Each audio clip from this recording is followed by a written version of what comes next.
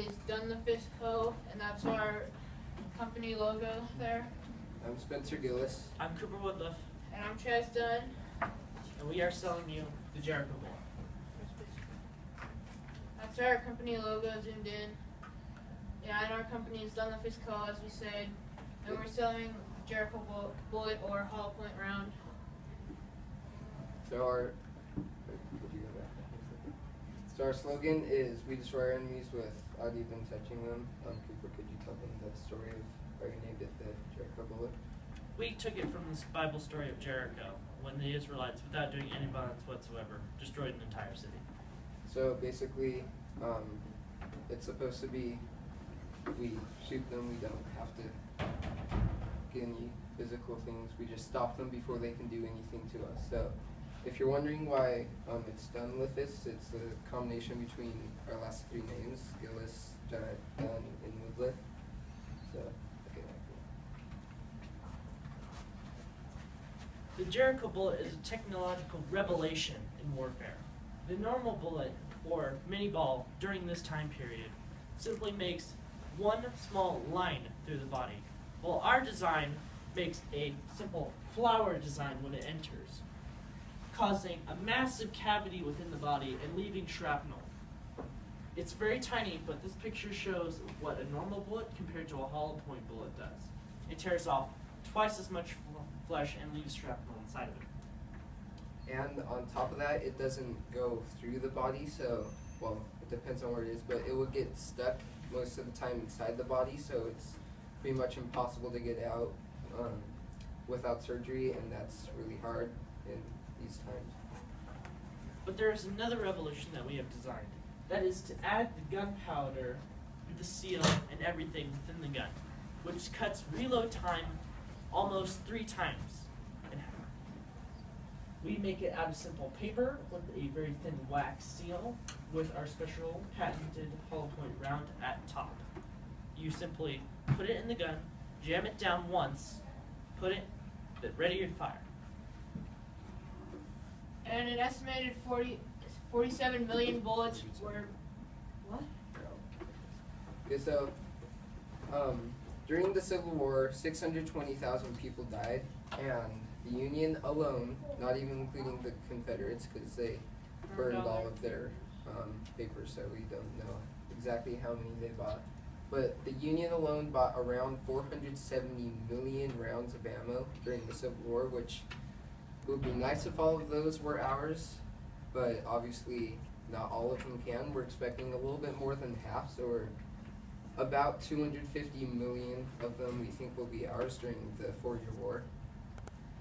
So the hollow point round is really important because, as Cooper already said, it's very lethal and it shatters bones. It does pretty much everything better than the mini ball does. So it's like mini ball 2.0.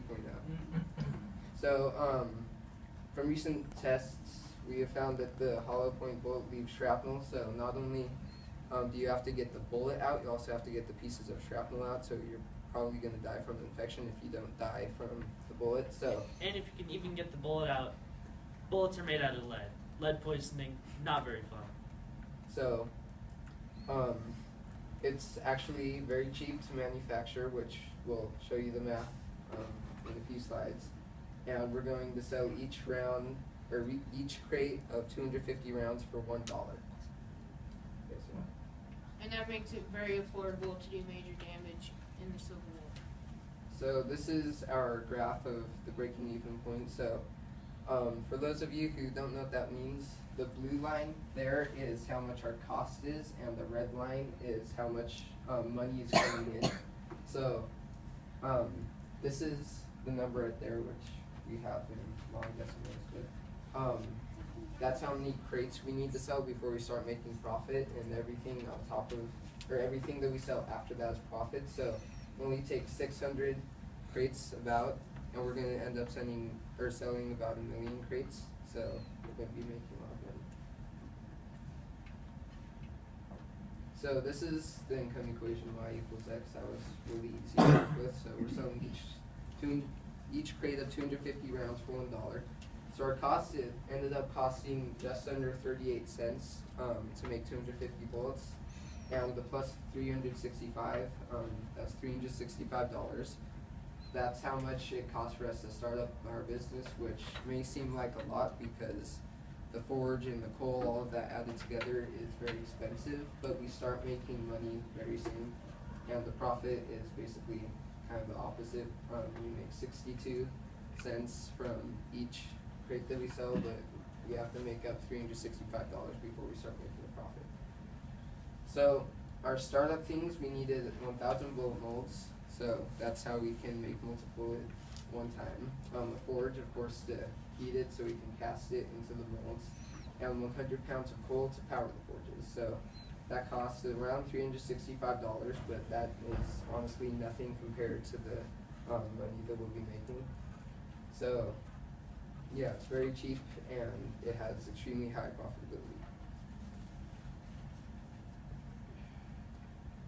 So we're asking $45,000 for 15% of our income, so not our profit, but our income, making it even better. So 15% is pretty big, but $45,000 is a massive amount of money.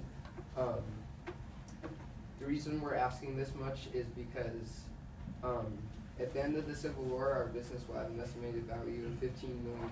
So just by giving us $45,000 and hoping us to start going, because that will help us buy a factory and all the forges and everything we need to start manufacturing more right off the bat, you'll end up getting 50 times your money back. And that's a guarantee. Okay. Now we have more about the Jericho bullet, and we're going to talk about this in normal time with law enforcement, and it's one of the most lethal rounds in law enforcement circulation right now. The round expands rapidly when fired into a substance, causing much more tearing of flesh, shattering of bones. Due to the soft shell, the round opens, leaves shrapnel in the victim, and without surgery, you're probably going to die. But yeah, and then this makes it very effective in law enforcement, because if you have a criminal who's shooting at innocent bystanders or the police, shooting him with one bullet can usually stop the victim without hurting any more innocent bystanders or the police. And so the manufacturing process, the round is cast out of lead with our patented steel hollow point bullet mold. We then fire the lead in our forge and then cast it into our molds. After that, we take the bullet out of the molds and we combine it with our paper and gunpowder cylinders. We then apply a wax seal so that the bullet does not become dislodged from the cylinder. And then we put the bullets into our crates. After packaging the crates, we ship them off to whatever company has bought in our bullets. Yeah, right now we're solely selling to the union, so that's our biggest benefactor to how much we're selling. And you're probably thinking, like, after the Civil War ends, the union doesn't really need that much or that many rounds of ammo, but by that time we're going to expand to Russia and sell bullets to them for the Russo-Ukrainian War. So yeah, we'll keep making more and more money and just keep expanding everywhere until we're always having income. And then the business owner advice, we got advice from DeVard Plumbing, which my dad works at. So some of our advice for starting a new business is to do as much research as possible. I feel like we covered this topic when we were finding out how much stuff costs for the bullet. We did a lot of research on how much paper cost back then and lead to find the cheapest material to make it out of. Another piece of advice that was given to us is how to decide your profit margin. The advice given to us said that you should base your profit on your material, labor, and market prices, and that we feel like this really helped us at that time, because the menu ball was something that was big at that time, but we priced it a little bit above because the saying is more bang for your buck, so that's why we priced it a little bit above the mini ball. And a lot of our research actually went into figuring out who we should sell it to. We decided to sell it only to the Union because President Lincoln wanted the war to be quick and easy. He didn't want it to last that long, and although we may not have wanted that much bloodshed, is we're offering him, it is going to guarantee a shorter war than it And would be less without it. deaths. Yeah, and less deaths on the Union side.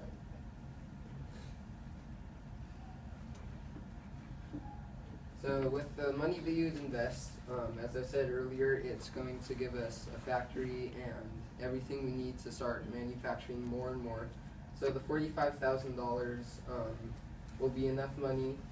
It's gonna end up being about $35,000 to $40,000 for the factory, and the other $5,000 to $10,000 will be used towards coal and forges. So we will have a little bit left over in case we need to do repairs or anything like that. So it will increase or decrease the time it will take for you guys to start making money if you do invest. It's always good to have a backup plan in this business. Do you have a backup plan? More or less. We're working on it. Well, I'd like to thank you all for coming to this, and I hope you invest in our company. The judges, the parents, the sixth graders. Yeah. If you guys have any questions, we'll be happy to answer them. How did you decide to charge for your product? We wanted to at least double our profits. And on top of that, we did the math on how much the mini ball would cost, and we use that as a benefactor to it because our bullet is better in every single way.